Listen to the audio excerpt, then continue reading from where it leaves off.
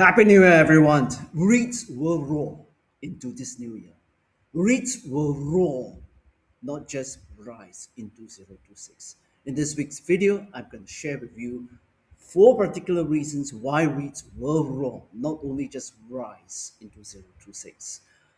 This is the year also where if you pick the wrong REITs, it's going to score very badly on your portfolio. So I'm going to contrast for you one particular REIT that you should be buying and looking, and as a good example to have in your portfolio in terms of the characteristics, the fundamentals, to why this REIT will do well, versus one REIT which is not doing well and doesn't score in all the fundamentals. So as usual, do like and subscribe to our videos. As usual, this is not a recommendation. This is only a sharing of my personal position, how I look at the REITs market, coming from the author of the bestseller Making Your Millions in Real Estate Investment Trusts, which have sold very well in Asia, the US, and China. The first reason why REITs will roar into 2026 is simply because the huge 300 basis point drop in SORA. That is actually the floating interest rates, for many of which REITs have actually pegged their floating costs of their loans. You can see, ladies and gentlemen, from the chart, they have actually dropped from almost 4.1% in the later part of 2024. And then when it dropped to below 4%, that's where we became rather bullish on REITs last year.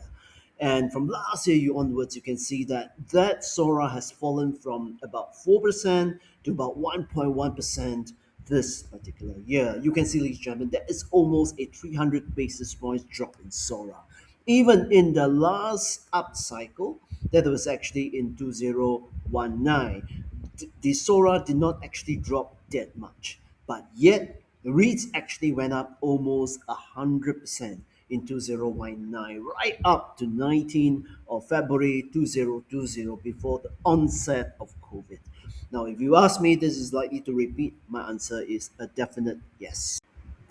In my bestseller, Making Your Millions in Real Estate Investment Trust, I've told you and shared that essentially the key characteristics of winning REITs, especially in the last cycle, are those that have actually gotten their balance sheet correct, meaning the REITs that position the bulk of their portfolio to be refinanced at lower rates this coming year as well as next year.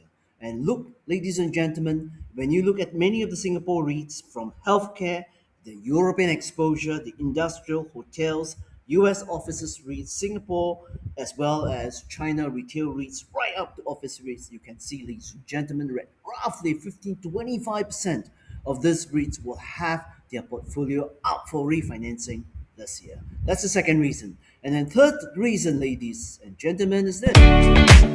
For the first time in 4.5 years, real estate investment trust can possibly grow this year as well as next year.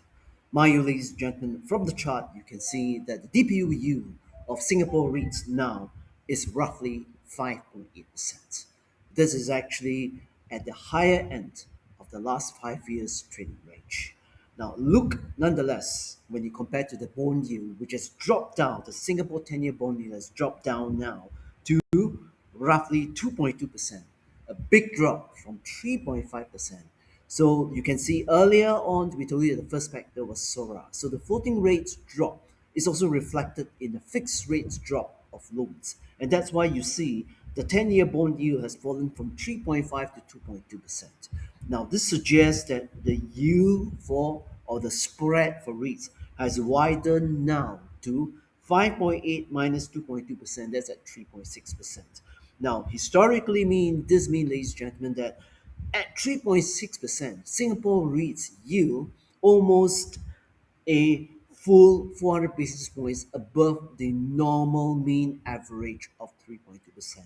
Now, if we work backwards, this means that there's a roughly 17% upside for Singapore REITs if you use the mean reversion. Mean reversion meaning that the REITs fall back to the mean of the last 21 years where the Singapore REITs market has been in operation. Fourth reason, ladies and gentlemen, well, look no further. Just look at basically the closing of Capital REITs rights issue last Friday. 96 cents. Have you subscribed for it? Because look at today's opening. It's at 99 cents. You get a rip premium and profit on the card straight away. Well, for many of us, essentially, the Capital REIT, actually embarked on one of the very first and very rare acquisitions. That is a negative yield acquisition of another one-third stake in FVFC3.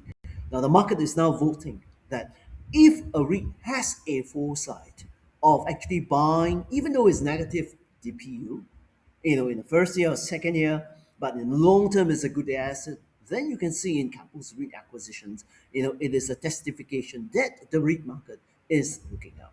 So in summary, ladies and gentlemen, four factors. One is declining SORA. Two, there are many REITs that actually have their loan portfolio ripe for refinancing this year. They'll benefit from low interest rate. Third, basically the widespread in terms of the DPU at 3.6%, going down to 3.2% on mean reversion will actually be good for REITs. Fourth is actually REITs are embarking and is probably rushing into aggressive acquisitions. But of course, look no further, ladies and gentlemen, because as of the beginning of last year, right up to now, with Capital's latest acquisition, the total amount of profit, or rather acquisitions by Singapore REITs now is about 8 billion. Well, we're actually reaching close to the 11 billion high. But, well, what does it mean, therefore, for the REITs market?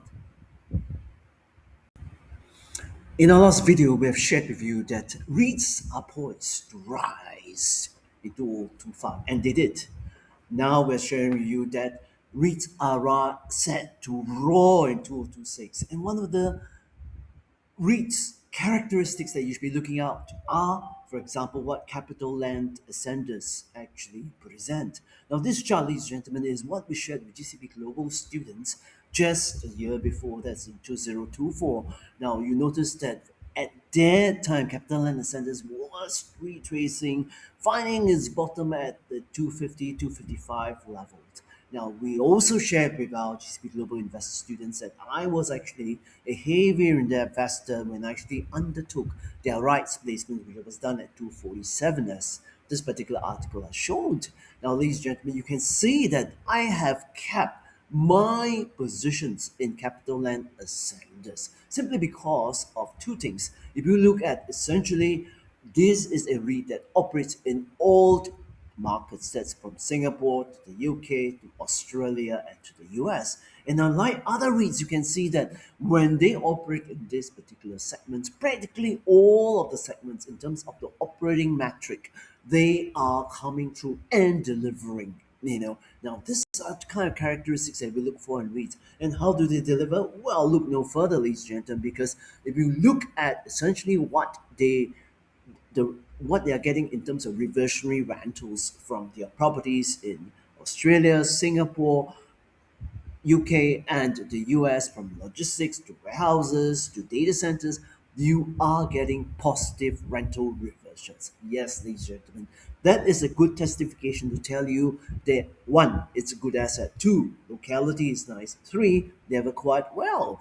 And coupled with the occupation level, you can see that this REITs deliver. Now, if you compare, for example, their UK operations, take another REIT like Elite Commercial REIT or Elite UK REIT. Now, previously, Elite UK REIT was called Elite Commercial REIT. They were actually just buying commercial assets in the UK, and then now they have broadened the mandate to actually include other kind of properties other than commercial properties. But look, why is it that that capital and ascenders has actually outperformed from the below 250 levels where we actually told investors, that you should be looking at it. One of the best ways to have in portfolio. Now soaring and trying to do a breakout, baby. Yes, ladies and gentlemen, we are in the process of finding out good breakout babies for REITs. And at 288, if Capital and Sanders is likely to break this level this particular week. It will be a fantastic breakout, baby. And ladies and gentlemen, you're going to enjoy huge profits on that. But you can't say the same thing for elite UK REIT. Why is that case? Because look no further. Because if you look at the occupancy, you look at the reversionary rental, you're not getting the same kind of picture that you see for the UK operations, like for like, in comparison to say Capital and Ascendus REIT. Yes, ladies and gentlemen, in there's only one operating metric to compare a good REIT versus a not so good REIT. In our classes, the next of which is on 7th of February, hopefully you can join. We will compare with you any other and more other REITs metrics, to see and help you to decipher which are the good and which are the better ones. And mind you, ladies and gentlemen, when it comes to the good, the bad, and the ugly for this year for real estate investment trust, it's a very critical year because if REITs are going to roar and you're positioned in the wrong REITs, you are just going to lose out a lot, ladies and gentlemen. Take for my case, ladies and gentlemen, I've kept my capital and ascenders REIT.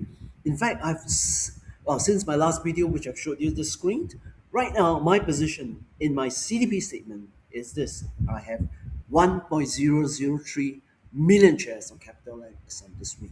And mind you, don't take today's rise.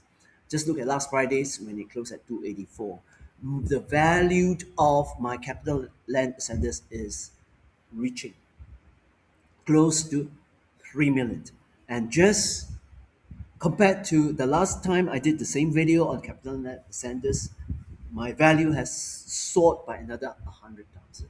I'm keeping, if you ask me what am I doing with the shares right now, I'm still keeping it. I reckon that it's going to cross 288, a breakout baby as what we call, and share with our investors in our class, the next of which is 7th of February, which you can sign up in our website here.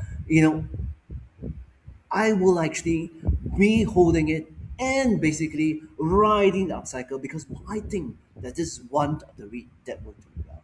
Again, ladies and gentlemen, just my personal opinion, not a strong recommendation. Yes, ladies and gentlemen, when you look at our presentation and EDM for the upcoming class, you notice that there is actually a gentleman out there that's actually Mr. Russell, the CEO of Ames REIT, one of the best performer. And look at this chart, ladies and gentlemen. Is it going to be the next breakout baby? Yes. A lot of questions you can ask about his occupancy, his properties, the rental revisions, and is a REIT that's principally focused in Singapore and Australia. Very focused. It's one of the better managed REITs. Come and hear from Mr. Russell Ng himself on how he has managed to steer this REITs from a very stable to a more pro-growth active in this next 2 years. And it's probably one of those that will probably meet up the breakout baby. Yes, ladies and gentlemen, we have been very busy on real estate investment trusts. We've been meeting the REITs of the various CEOs, as you can see from here, from the Capital Lands to your newly listed Centurion REIT, as well as actually First REIT, from hospitality right all the way down to healthcare to retail. We'll keep you posted. Do sign up for our class if this is something that you want to write on to real estate investment trust for this particular year, on a time when SORA is declining, REITs are refinancing on a cheaply basis. Thirdly, you are actually buying when the yield spread is basically allowing for a mean reversion on the upside for REITs. And fourth, you cannot miss out if we look at capital REIT itself. They are an example of why REITs are an acquisition bank. So it's going to be a good year ahead for real estate investment trusts. But you must know which are the ones to be well positioned in way before they run. Do join us for our next class because that's what we're going to focus at and listen to the CEO of the possible next breakout REIT, AIMS APAC REIT.